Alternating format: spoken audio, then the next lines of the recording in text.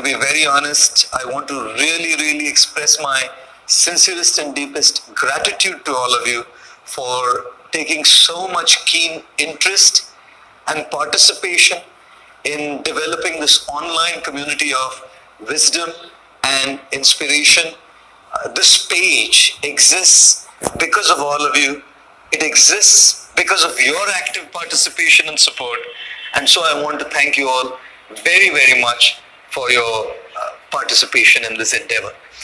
I also want to express my deepest and sincerest gratitude to all of you for your incredible support in our very debut book, Life's Amazing Secrets.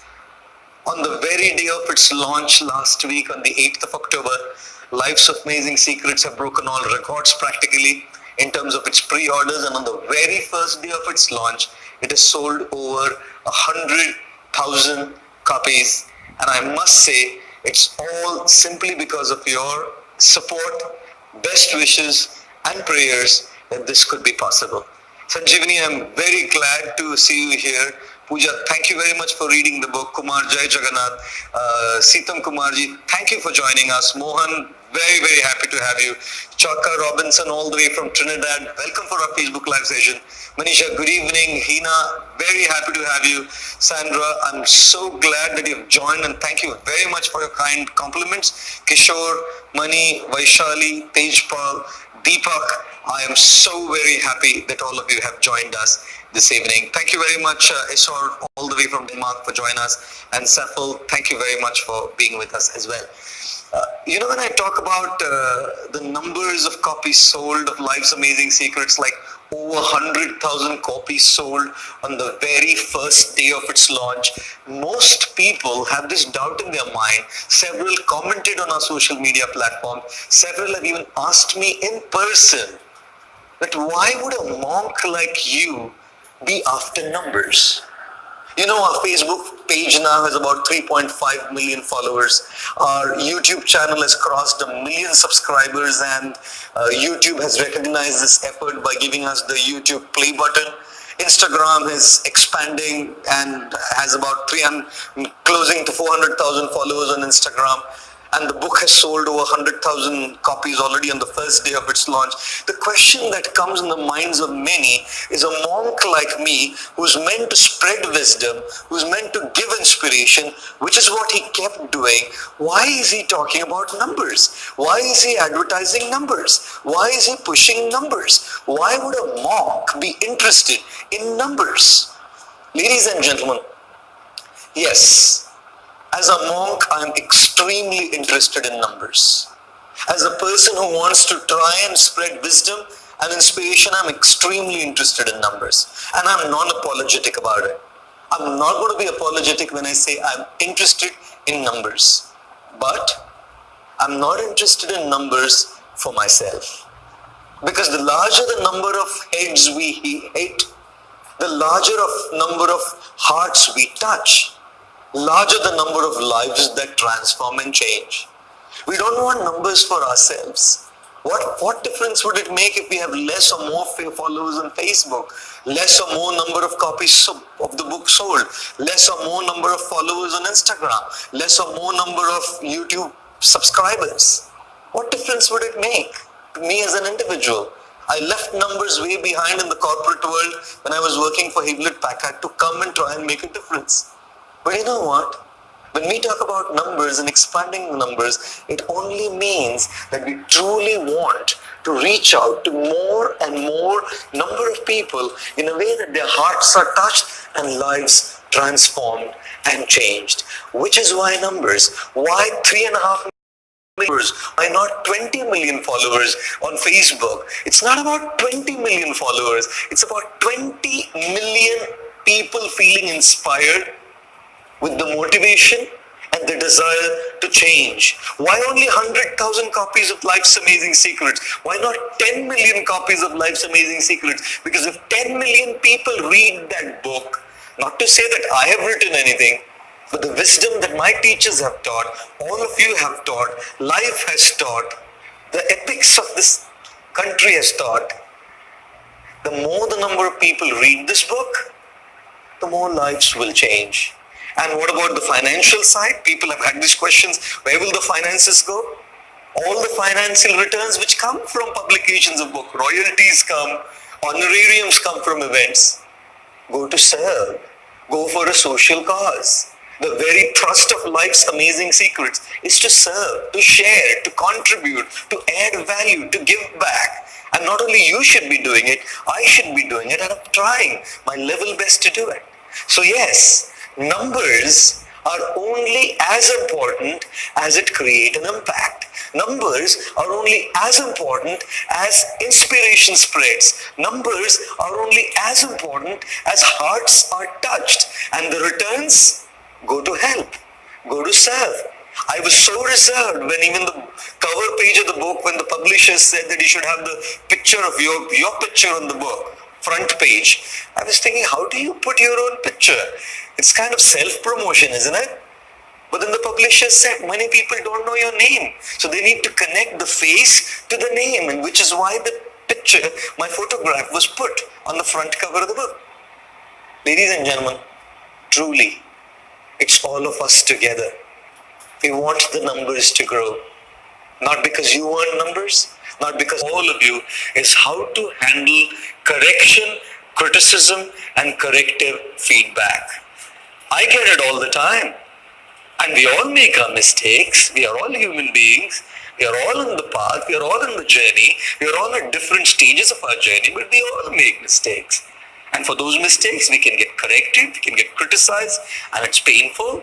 So how does one handle criticism? Ladies and gentlemen, this is one life's amazing secret that I want to share with all of you this evening. A couple of steps that we should take when we are criticized. A couple of steps that we should take when we need to deal with criticism. They made Istanbulji, Turkey. The book is not yet available in Turkey, but the book will surely in the future be available. At the moment, it's amazing, available on Amazon. It's available in the Kindle edition as well, the ebook. So you could pick up the book from there.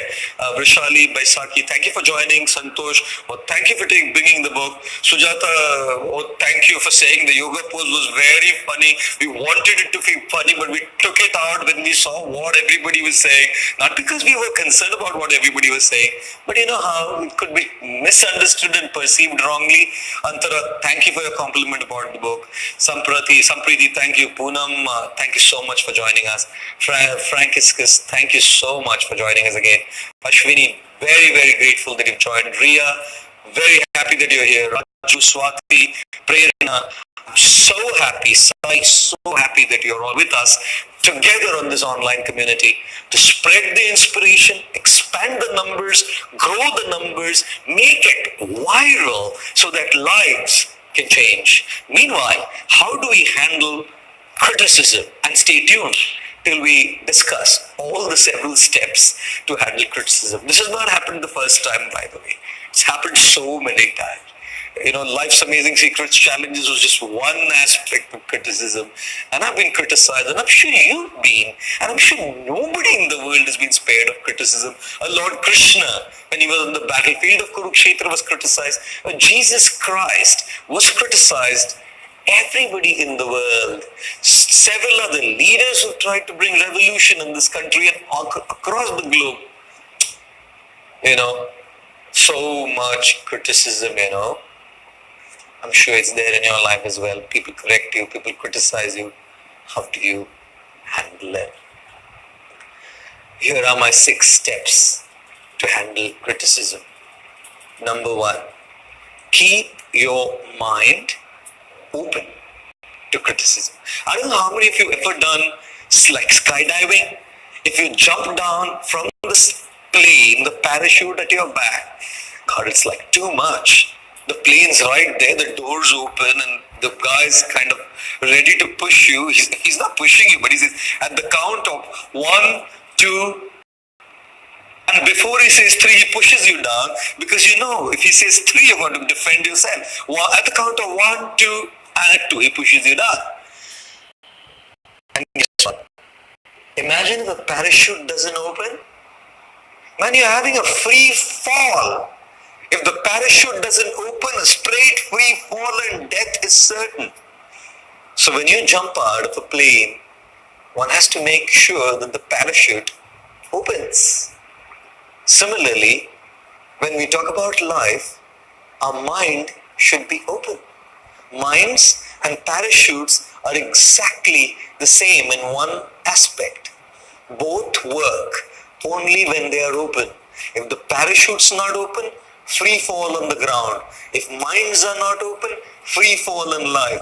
Which is why whenever somebody gives us criticism, let us have open minds to accept it, especially when it's constructive criticism. Constructive criticism is given by concerned people. Destructive criticism is given by envious, insecure, malicious, vicious people who only have one agenda in mind: to malign you, to pull you down, to make sure that you don't go up, to make sure that your self-esteem, your self-confidence is destroyed, devastated, and damaged. But there's always going to be that aspect of constructive criticism. And you could always keep your mind open to even consider whether it's constructive or destructive. Anytime somebody offers criticism, point number one, keep your minds open like parachutes. Otherwise, free fall. Step two, it's not just about keeping the minds open, but the second aspect is also to be able to get comfortable with the pain involved in criticism. Even in constructive criticism, there is pain. But to speak of destructive criticism, when you know that people are just criticizing to malign you, but even in constructive criticism, when someone points out a mistake, when someone points out a fault, the LAS challenge, the talk that I gave, the point that I made, or the report that you prepared, or the song that you sang, or whatever else, even in constructive criticism, there can be pain involved, ladies and gentlemen. I don't know how many of you like sweets and desserts. I know loads of you are raising your hand when it comes to sweets and desserts. Man, everybody loves sweets and desserts, isn't it? Most of us love sweets and desserts like chocolates, chocolate pastries, cakes, rasgullas, gulab jamuns, cookies. Ooh, so many love desserts and sweets. So sweet to the tongue. But is something sweeter than desserts and sweets? Praise. Praise is even praise and words of adoration are even sweeter than sweets and desserts. Praise and words of adoration are very sweet and soothing to the ego. And criticism and correction is very painful and hurtful to the ego. The ego that is so used to taking great solace and joy in receiving words of praise and adoration doesn't like words of criticism.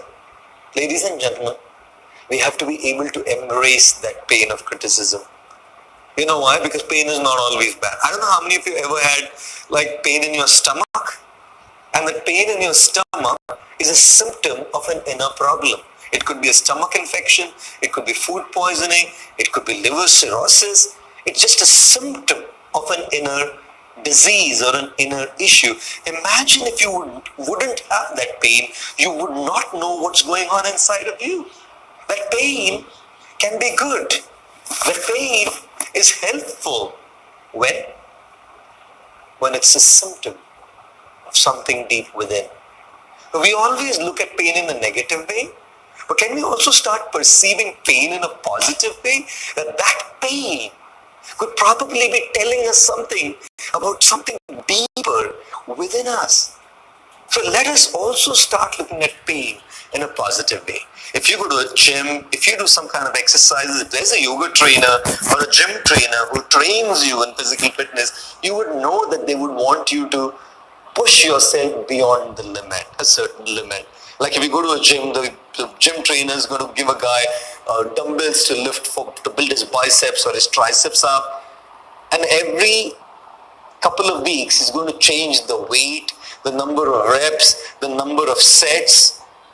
And you know what? When he increases that resistance, it's painful. Working out is painful. But that pain is good, because that pain causes growth. Why are we constantly looking at pain only as negative?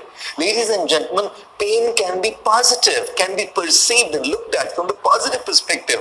From the first point of view, pain can be looked at as a symptom of something underlying within which needs to be addressed. Or pain can be looked at as weight, as pressure put by a trainer for our growth. We only grow when we are willing to and happy to accept pain, embrace discomfort in our lives.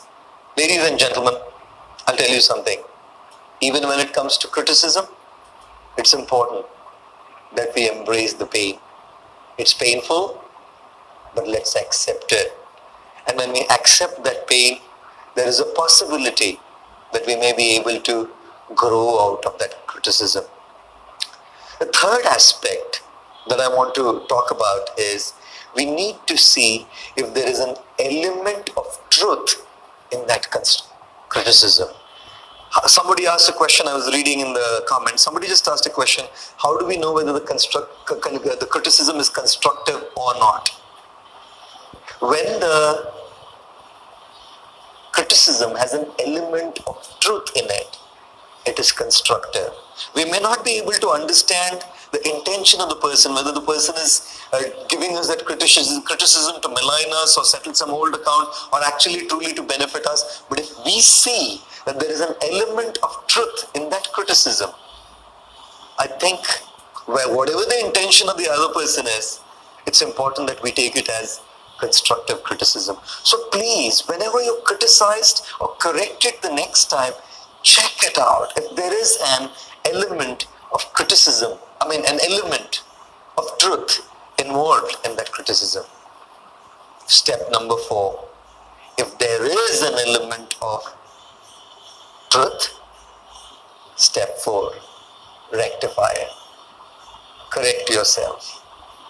If you're going to come and tell me, like I remember during a 21 days habit challenge when we were taking it from the Govardhan Eco Village, and I'm so grateful many of you joined that challenge, and I hope that some of you have found some merit out of the challenge, and we should soon start a challenge actually, like at least 2 or 3 weeks, maybe a relationships challenge, like 3 or 4 days of discussing different aspects of relationships and taking that aspect into our personal practice. Maybe soon we should launch that challenge, taking up a relationships challenge. But I remember during the 21 days habit challenge, one lady actually pointed out that I was using the word right, one of those words, many times. And she was very kind. She wasn't at all malicious. She was just pointing out and I had mentioned that point, so she brought it to my notice. It was constructive criticism. There was an element of truth to it. And guess what? I put some effort to rectify it. So step 4, if there is an element of truth, rectify the situation. We all make mistakes. We all fail. We all slip and flip over part of life. Nobody is perfect. No human being can be perfect. So mistakes do happen. And if somebody points out that mistake and gives us that constructive criticism, whether the intention is good, bad, is okay, we have found out that there's an element of truth to what they're saying. Let's rectify it. I remember my dad, when I was in school, bringing me a pencil, like I forget what the brand of Stedler. You know, the German, I think it was the German brand with the yellow and the black stripes. And it had a rubber and eraser at the back. And in those days that pencil was like, I went to school showing around what kind of a pencil I am. And I was so absolutely excited to show my friend that I had that pencil and others didn't. And of course, I also wanted to share it with my close friends so they could try using that pencil as well. Now, can you imagine the beauty of that pencil? And so many pencils we see today is that the eraser is attached behind. When we do make a mistake in writing something and it's not written well, turn the pencil over, erase it, rectify it, rewrite your story. Ladies and gentlemen, rewrite your story. We make mistakes. We do flip. We do slip. It is a human tendency. Just learn how to rectify it if there's an element of truth to it and if somebody has pointed it out. Step number 4. Step number 5. Sharon, thank you very much for joining. Anand, Faber Castle. Yeah, it wasn't Faber Castle actually. I think it was, Faber Castle is very recent. I'm talking of like 1981, 82. Ashok, thank you so much for joining. Pooja, very, very happy that you joined us. Anand, Hare Krishna, Shree, thank you so much for your compliment. Asta, very grateful. Yain Salazar, all the way from Philippines, so grateful that you've joined us. Payal, Hare Krishna, Artsalozo, thank you so much for joining us. Jessica, very happy that you're here. Dilip, Johanna, Naveen, Devajyoti, I am so very happy to have you with us. Julie, this all the way from Philippines again. This book is available on Amazon.in India as an ebook. So you could at the moment get the ebook, which could be procured from anywhere in the world. Hopefully Penguin will also have outside of India editions so that we could, everybody else in the world could also have their copy. At the moment, the copy is only available in India. It's available on Amazon.com as well, but probably a little expensive because it's not printed outside of India yet, and it may take a little longer to be delivered. I know all of you are waiting for the 5th point. Shall we revise meanwhile? Point number 1, keep your minds open. Minds and parachutes, when they are open, they function well. When they are closed, they lead to a free fall. Point number 2, learn to accept the pain, the discomfort involved in criticism. Because pain is good. When it's a symptom of something deep within which can be addressed, pain is good. When it is meant for exercise and for growth, that pain is good. So constructive criticism, the pain is good. How? Because it's going to help us grow. Point number 3, ladies and gentlemen, is see if there is an element of truth. If there is an element of truth, whether the intention of the other person is right or wrong, it is going to be constructive criticism because we can rectify our mistakes, which is point number 4, rectify your mistake. And now to point number 5, and how do we actually handle constructive criticism? What if there is no element of truth?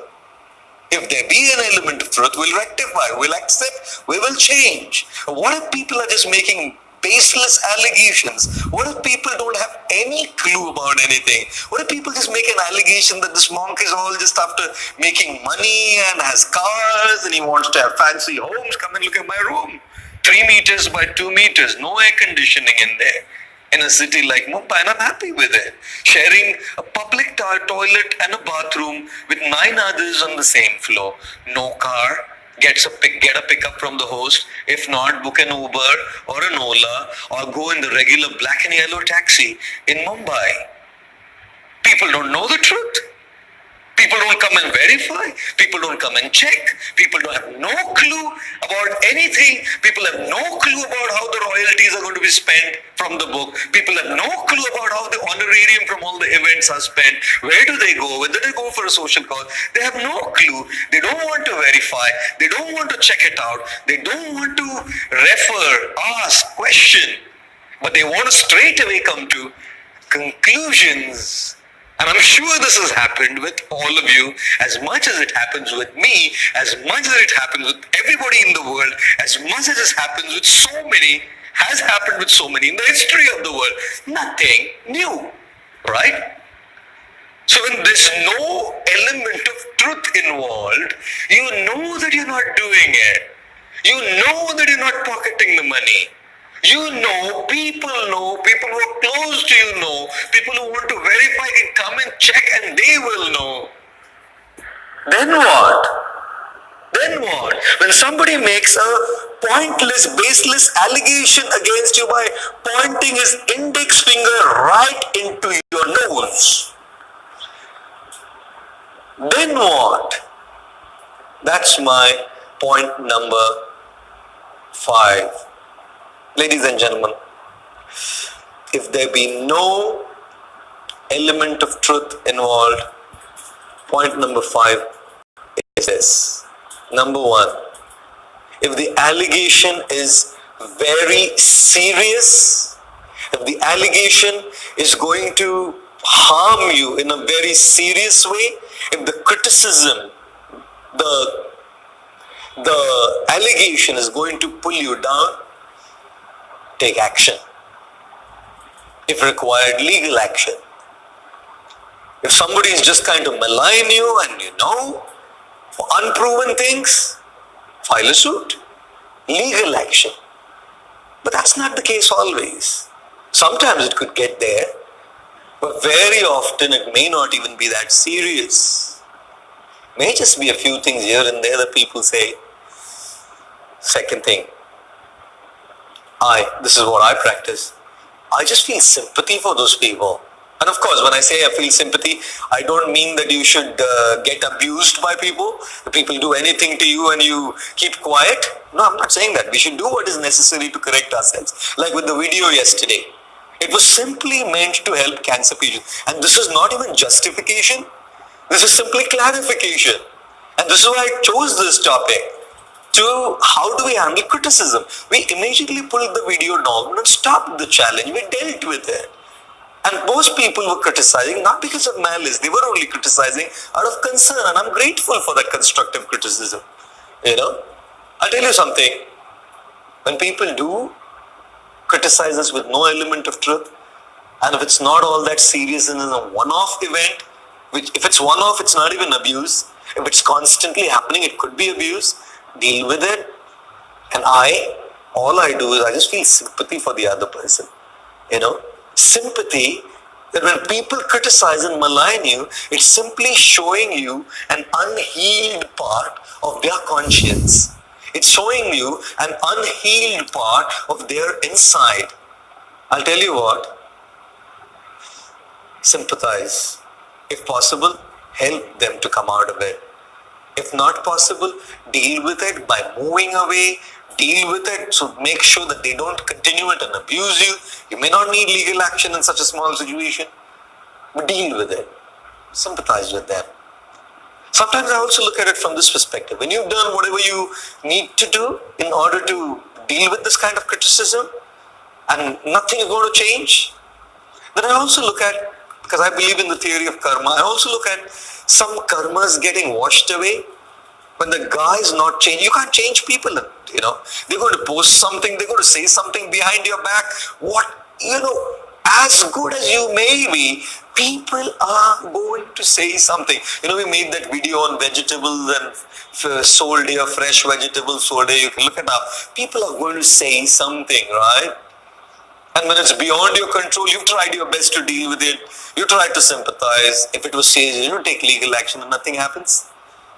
Well, sometimes I just look at it from the perspective of some of my previous accounts in terms of karma being settled. And the fourth I see is God reminding me that what I should not be doing. If somebody is criticizing me for being biased to a few people when I am not, I also take it as a reminder from God. Even if I'm not biased, I should be careful to not be biased even in the future and continue to keep my image the way it is. And that's my fifth point. When there is no element of truth involved, either take action legally or take action in terms of moving away or dealing with the situation so that that thing doesn't become abused to you. Sympathize with the person. See if you can help them heal their unhealed part of the mind which is making them say these kind of things.